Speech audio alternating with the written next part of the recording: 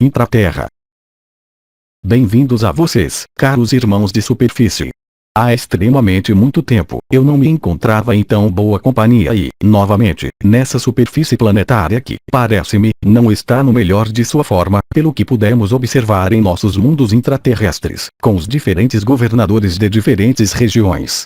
Nós temos observado, efetivamente, que as redes magnéticas e terrestres tinham dificuldade para conformar-se, devido à resistência da humanidade, em sua totalidade indivisa, para reajustar-se nas novas frequências harmônicas que chegaram a alguns dias de seu tempo terrestre de superfície, e que invadiram cada parcela viva ao nível desse sistema solar.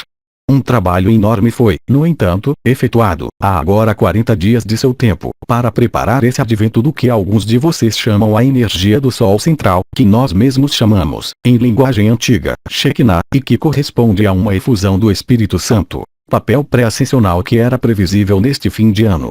Entretanto, pareceu que a totalidade da humanidade coletiva indivisa, não pôde, de momento, aceitar e integrar, totalmente, essa qualidade energética, essa qualidade vibratória, para poder realizar um fenômeno pré-ascensional, tal como vocês o descrevem em sua linguagem. O que nós podemos dizer, ainda, é que esse conjunto de modificações que sobrevieram ao nível sutil corresponde, também, a uma abertura essencial de portas ao nível de mundos intraterrestres de quinta dimensão. De fato, as portas de acesso estão, doravante, abertas, permanentemente, para permitir vai-vens e, sobretudo, irrupções em sua realidade de terceira dimensão que se preparam para poder intervir nos momentos oportunos e agir no mundo de superfície, o que é uma coisa extremamente nova e extremamente constrangedora para nossas individualidades coletivas do intraterra, em todo caso, para nós, povo delfinoide desta parte do intraterra. Os atrasos inerentes à natureza humana, ainda uma vez eu o repito, frearam, de maneira considerável, e obstruíram, de maneira considerável, a possibilidade da Terra e de seu núcleo intraterrestre poderem, não ascensionar, mas pré-ascensionar no modo de quarta dimensão. Isso não poderia ser retardado demasiado longo tempo, sob pena de desgastes importantes que nós não poderemos, obviamente, tolerar, de maneira alguma, seja quanto ao futuro deste planeta, do intraterra e do conjunto de seres vivos, onde quer que eles estejam situados, tanto na superfície como em dimensões outras do intraterra, ou em outros lugares. Há, ao nível do intraterra, nesse momento mesmo, uma reunião extremamente importante de seres do intraterra, mas, também, de hierarquias que vêm de sistemas solares extraneles, que estão em relação com a evolução sagrada deste planeta, para determinar até quando podemos manter a elasticidade e a distorção existentes nessa rede geomagnética telúrica e sagrada que permite evitar que a onda-luz, que vocês têm recebido desde certo número de dias, seja, em sua polaridade feminina encarnante, desviada para algumas forças que não iriam ao sentido da luz autêntica e desejada pelas dimensões galácticas e intraterrestres da luz autêntica. Para alguns de vocês há, agora, possibilidade concedida de poder interrogar, quanto ao conjunto de fenômenos chamado pré-ascensão. Questão: como facilitar a comunicação com vocês? A comunicação consciente entre o mundo de superfície e o mundo intraterrestre de quinta dimensão, torna-se possível devido ao fenômenos de elevação, em consciência, à quinta dimensão. Essa elevação da consciência à quinta dimensão, devido à sua expansão, permite, ela mesma, tocar nosso contato, porque, lembrem-se de que nós vivemos há 320 mil anos na quinta dimensão. Vocês começam, unicamente, a abrir as portas para a nossa dimensão e para a nossa diferença mórfica, conceitual, funcional. Um conjunto de diferenças existentes entre o mundo humano e o mundo dos delfinoides que evoluem na quinta dimensão faz uma ligação entre o que vocês chamam, caros irmãos, os 24 anciões. Os 24 anciões fazem referência ao concílio que representa os senhores e juízes do karma, que velam pela aplicação de regras estritas de funcionamento da humanidade de superfície, em relação a regras predefinidas de funcionamento na terceira dimensão.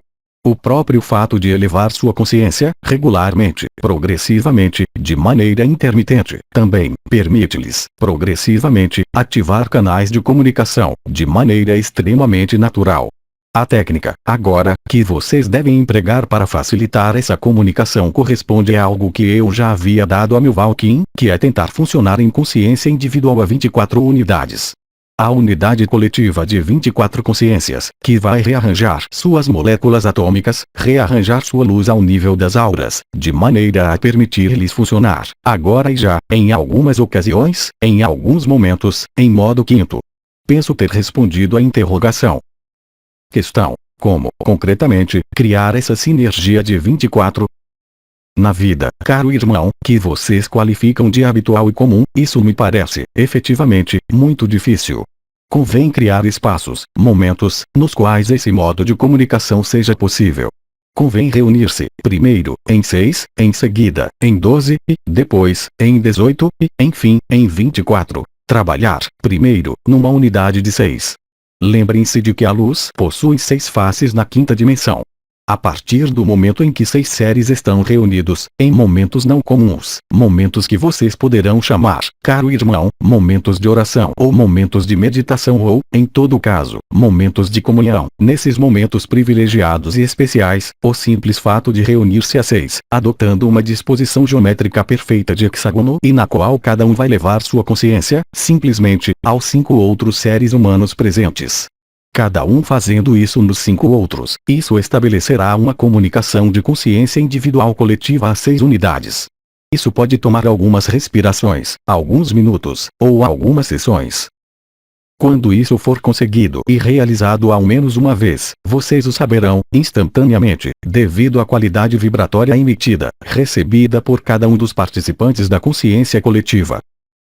Quando o princípio de 6 for realizado ao nível do objetivo vibratório, vocês poderão, naquele momento, integrar um grupo de 6 outros indivíduos que, ou já fizeram, previamente, eles mesmos, o trabalho entre eles ou absolutamente não, e recriar um duplo hexágono, agrupados em pares.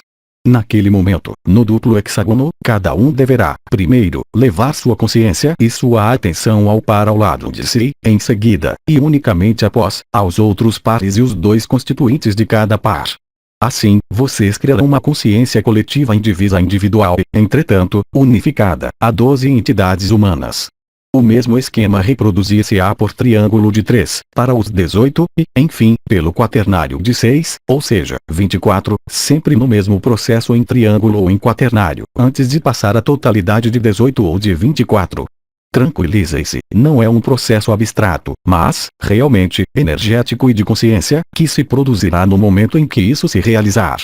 Vocês compreenderão, em sua consciência, que conseguiram ativar, em vocês, alguns circuitos que não poderão, nunca mais, desaparecer em vocês. Quando vocês tiverem a consciência coletiva individual unificada de 24 entidades, vocês terão atingido, totalmente, seu objetivo. Não há algo de extraordinário nisso, nem algo de mágico, mas, simplesmente, o objetivo de consciências, que é o de funcionar, não mais de maneira distanciada, separada, compartimentada, mas, bem ao contrário, unificada. Questão: uma consciência unificada implica pensar a mesma coisa, ao mesmo tempo? Caro irmão, absolutamente não, felizmente. Vocês não têm que atingir o nível de consciência para poder funcionar em consciência coletiva de maneira permanente. A partir do momento, em contrapartida, em que isso se produzir uma vez, os canais serão definitivamente ativados em vocês. Vocês o compreenderão, sentirão e viverão de maneira perfeitamente lógica. Vocês não podem assimilar, intelectualizar algo que ainda não assimilaram, intelectualizaram e, ainda menos, viveram. Os canais que se ativam nesses momentos de comunicação são canais que jamais foram implementados no ser humano, na raça humana, devido aos fatores limitantes da terceira dimensão. Entretanto, o fato de ter trabalhado e ativado em vocês alguns canais extremamente precisos que permitem a ativação da recepção da luz ao nível da cabeça, a ativação de alguns canais que permitem a criação de raízes de luz ao nível de seus pés, é um argumento extremamente potente sobre a facilidade que vocês terão para estabelecer essa consciência coletiva nesses momentos, eu repito, ainda uma vez, privilegiados, e não comuns. O importante não é funcionar permanentemente, assim, mas ativar, em vocês, esses canais que serão bem úteis, posteriormente. Mas lembrem-se de que o objetivo não é reunir, fusionar consciências, mas, verdadeiramente, constituir uma consciência coletiva. Não é, de modo algum, o mesmo objetivo. O importante é criar, ativar, despertar esses novos canais de comunicação que lhes serão bem úteis no momento vindo. Questão: as vibrações transmitidas atualmente são ligadas ao Sol central? Caro irmão, elas podem apenas vir do Sol central.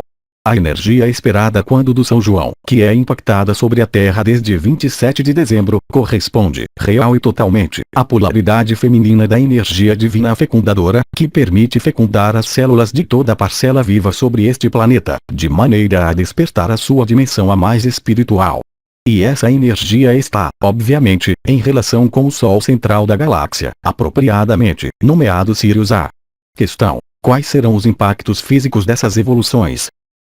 Bem, caro irmão, se vocês pudessem ver o aspecto de delfinoides de quinta dimensão, compreenderiam perfeitamente qual tipo de evolução pode ser visível na matéria, nessa matéria de quinta dimensão, após o impacto da energia do Espírito Santo e do aparecimento da consciência coletiva de quinta dimensão.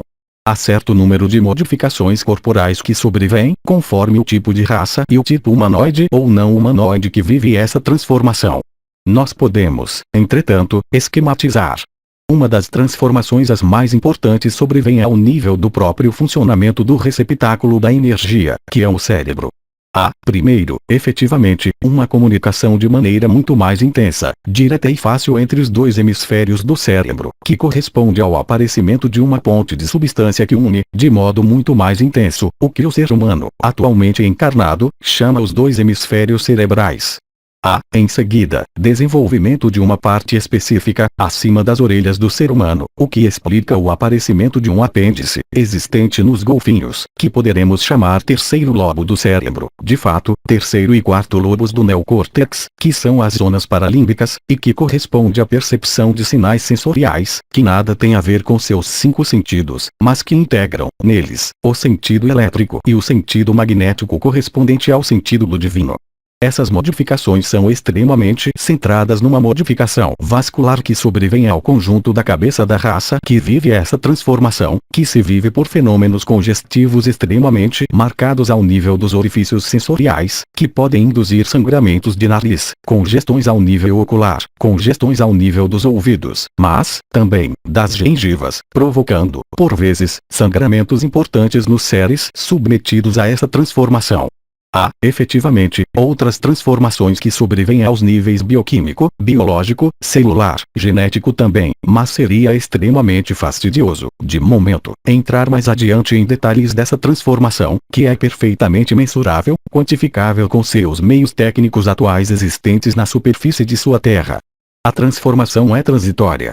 O resultado será permanente, ao nível de estruturas, mas a vida necessita do retorno ao equilíbrio e à própria homeostase, se o nível de consciência está profundamente diferente e o nível vibratório está profundamente elevado.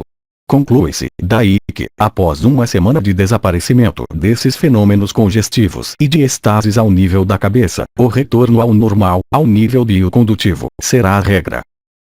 Questão: qual é sua relação com Ivanov? Eu, pessoalmente, encontrei o mestre Ivanov em sua vida, quando de sua estada na Índia. Ele foi para Agartha. Ele foi recebido pelo Conselho de 24 Anciões. É necessário, aliás, saber que a última encarnação do mestre Oriones sobre este planeta, eu deveria dizer, antes, fenômenos de Valkyrie com transferência de consciência dos corpos, foi realizada no curso do século XX, na vida de seu próprio mestre, que era Peter Delnov.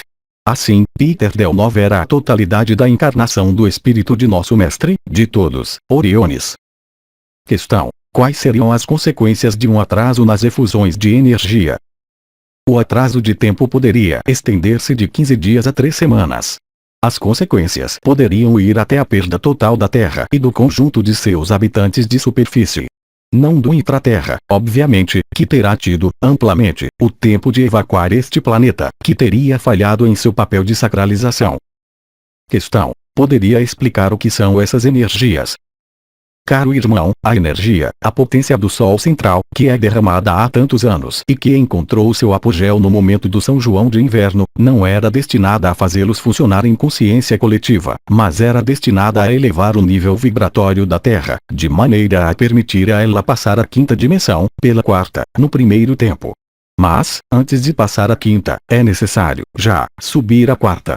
Ora, certo número de forças de resistências, ligadas aos séries de superfície, conteve a expansão do nível 4 e impediu o aparecimento e a eclosão do nível 5, com um atraso que já é de vários dias. As redes magnéticas e as redes sagradas terrestres, que são mantidas, eu repito, pelos povos do intraterra, delfinoides ou não, estão aí para velar pelo agenciamento eletrônico de estruturas de superfície, em relação, obviamente, com as estruturas do núcleo cristalino do planeta, em relação, ele mesmo, com o Sol central.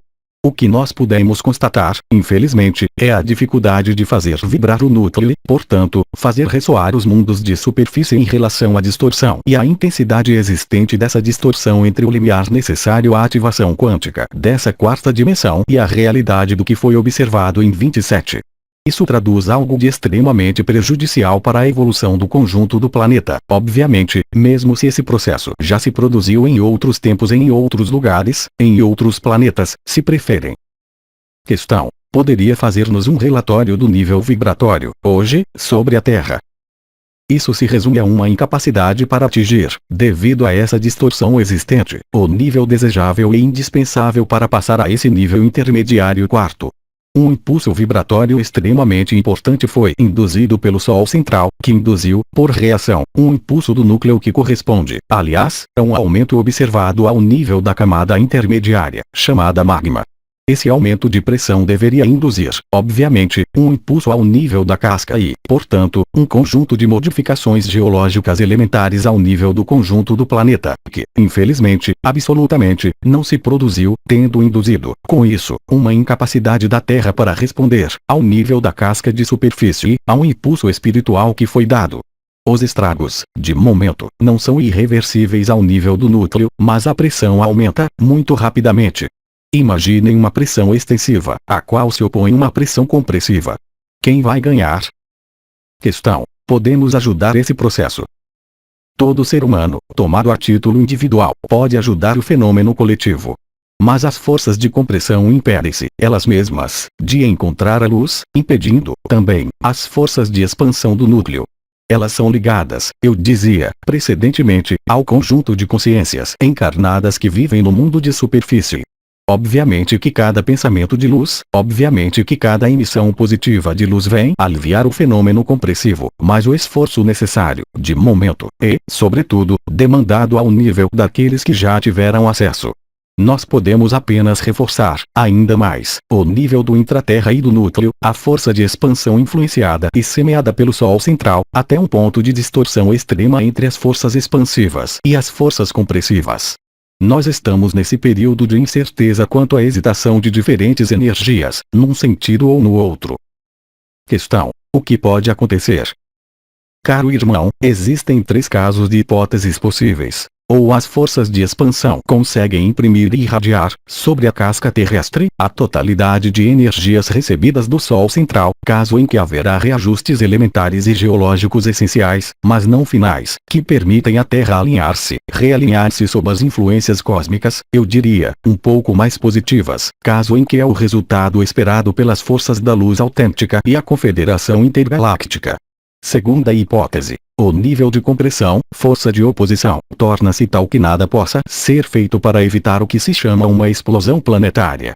Terceira hipótese, o mais difícil de obter, que consiste em equilibrar, em um fenômeno de status quo, as forças compressivas e as forças expansivas até um novo limiar de influência de energias expansivas. Agora, a crosta terrestre, a casca terrestre, num nível de tensão extrema, entretanto, suportável, esperando que o novo limiar, que deve reproduzir-se antes do verão do ano de 2006 inverno, no hemisfério sul permita, enfim, as forças de expansão chegar ao seu objetivo.